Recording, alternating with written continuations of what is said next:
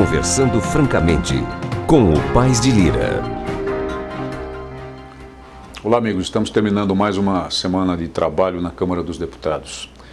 O programa é gravado novamente na quinta-feira, o nosso Conversando Francamente, porque tem um compromisso no Espírito Santo. Haverá uma audiência pública a respeito da PEC 300 lá, uma audiência requerida pelo deputado federal Capitão Assunção, que é policial militar daquele estado, e eu provavelmente presidirei. E temos algumas visitas a fazer antes da audiência pública propriamente dita.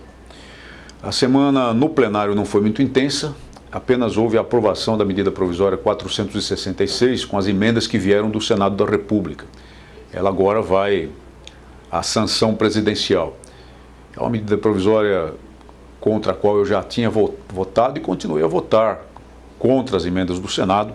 Logo mais explico novamente por quê.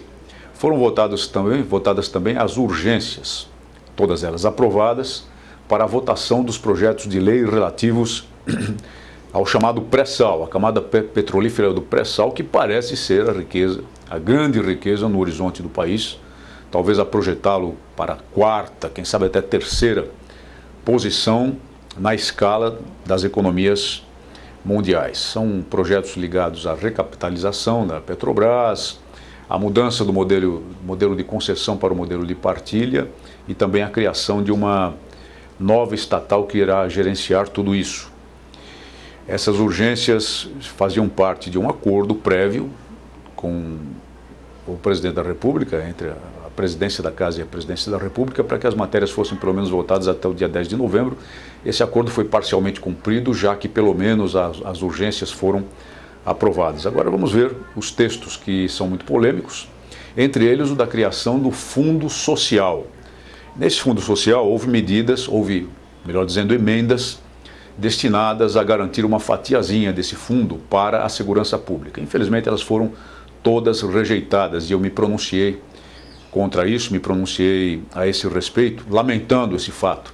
Ainda assim, nós estamos tentando resolver a formação desse fundo ou o aproveitamento de uma parte dessas futuras riquezas do pré-sal na constituição do Fundo Federal, que deverá subsidiar os estados mais necessitados na suplementação da folha salarial relacionada à PEC 300, pela qual nós continuamos a lutar com muita força e pretendemos aprovar. A esse propósito, foi encerrado o ciclo de audiências públicas no estado de São Paulo, com a audiência pública de Presidente Prudente, no dia 6 de novembro. E, como se sabe, foi lido o relatório do deputado Major Fábio. Esse relatório será votado no dia 17. Nós estivemos dialogando com o relator nesse período, propondo algumas modificações, propondo algumas correções.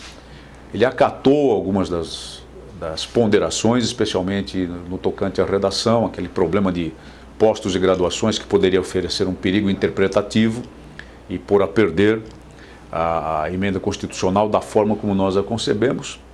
E não fechou questão com relação às outras sugestões, que ele prefere levar a debate no dia 17, quando estiver reunida toda a comissão especial. Ele se mostrou, portanto, flexível e se mostrou aberto se houver uma proposta geral de modificações feita pela comunidade representada pela comissão especial. Então vamos à votação no dia 17 com esse propósito e temos certeza de que o texto final será aprovado na comissão especial, não por unanimidade, mas por larga maioria, e será um texto que, como já é o texto atual do relator, repito, preserva a coluna vertebral da PEC 300, embora seja substancialmente diferente o texto do voto do relator em relação à proposta original do deputado Arnaldo Faria de Sá e mesmo em relação às emendas, a maioria das emendas apresentadas, entre as quais a subscrita pelo Capitão Assunção, policial militar do Espírito Santo, e por mim. Vamos ao dia 17. Foi aprovada na Comissão de Assuntos Sociais do Senado uma medida muito ruim para o país. O PLC 122 de 2006 teve origem na Câmara dos Deputados. Esse projeto pretende criminalizar a conduta de pessoas que se atrevam a expressar opiniões diferentes, opiniões discordantes em relação ao movimento GLBT, ao movimento homossexual, que tem muita visibilidade e muita força, né? Não tem número, mas tem força, tem visibilidade e tem muitos recursos materiais para divulgar as suas causas e para lutar por elas. Tanto é que obtém essas vitórias.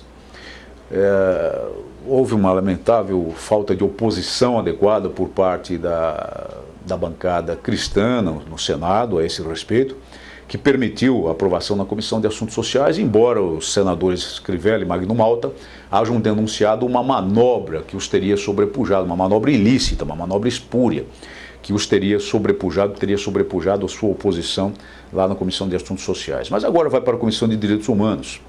E temos ainda campo para a luta no Senado, para tentar convencer os senadores de que essa medida é ruim, que ela viola a liberdade de expressão, que ela viola a liberdade até de manifestação e que ela vai criminalizar condutas que devem ser resolvidas pela evolução social, pela evolução do comportamento social, pela consciência das pessoas em relação aos direitos das outras pessoas, à cidadania, e não através da imposição de penas de reclusão para alguém que se atreva até a manifestar um pensamento a respeito de um determinado movimento.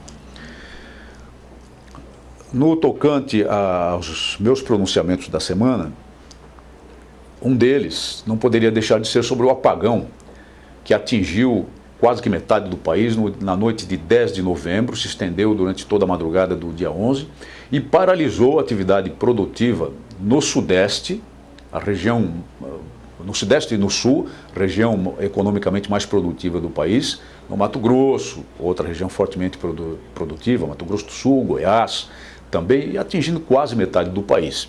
Esse apagão tinha origens muito controvertidas. O governo, nas primeiras horas, se perdeu em explicações contraditórias. Cada funcionário do governo ouvido pela imprensa dava uma versão diferente. Falou-se até em queda de torre de transmissão na linha de Itaipu. Não houve queda de torre nenhuma. Mas o governo acabou por vir a público ontem para afirmar que tudo se deveu a um acidente atmosférico, meramente a uma descarga elétrica atmosférica na região do estado de São Paulo, que teria atingido duas linhas de transmissão de Itaipu, provocando um curto-circuito e daí provocando o desligamento em cadeia do sistema interligado.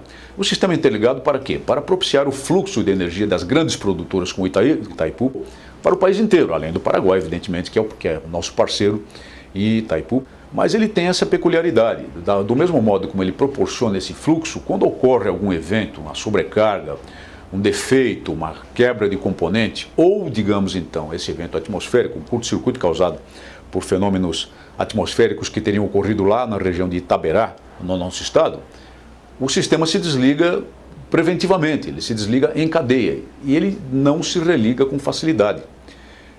Foram horas e horas para que o sistema se religasse e até amanhã, do dia 11, havia sérios problemas nas grandes cidades do estado de São Paulo, especialmente da capital, e no Rio de Janeiro.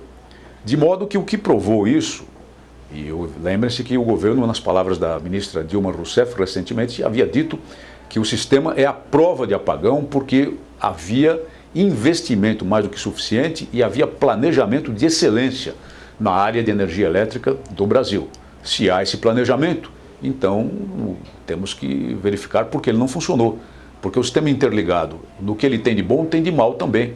Ele desliga tudo, ele desliga o país inteirinho e o religamento é muito lento e muito difícil. O que ficou provado, apesar das alegações do governo, primeiro, é que não há um sistema redundante que seria necessário para garantir a economia e a segurança do país. Segundo, que o atual sistema não é inteligente sob o ponto de vista dos recursos tecnológicos hoje disponíveis no mundo, porque o desligamento vai até a ponta da linha, sem parar.